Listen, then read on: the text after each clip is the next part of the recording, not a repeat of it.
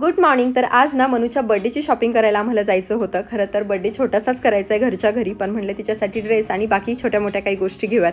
तशी खेळणी किंवा तिच्यासाठी जे काही गिफ्ट्स मागवले तर ते मी ऑनलाईनच मागवलेले आहेत. लवकरच मी तुमच्यासोबत ते सुद्धा शेअर करेल.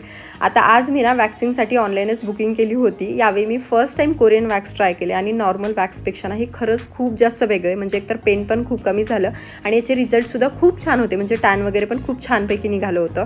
दुपारच्या वेळेत मनू फुटाणे खात होते आणि मोठा पराक्रम तिने केलेला, ते म्हणजे फुटाणा नाकात घातला होता आणि कसा बसा तो आम्ही काढला. आणि त्याच्यानंतर ना गेलो होतो तिची बर्थडेची शॉपिंग करण्यासाठी. तर तिच्यासाठी फ्रॉक बघत होता. आता बर्थडेचे फ्रॉक किंवा ड्रेसेस म्हणलं की असं होतं की खूप हेवीमध्ये येतात आणि ते मनूला अजिबात कम्फर्टेबल वाटत नाही. त्याच्यामुळे माझं असं होतं की आपण तिच्यासाठी ना सिम्पल सोबर असं काहीतरी घेऊयात. आता हे विंग्स बघून तुम्हाला आयडिया आली असेल की मनूचा लुक कसा असणार आहे.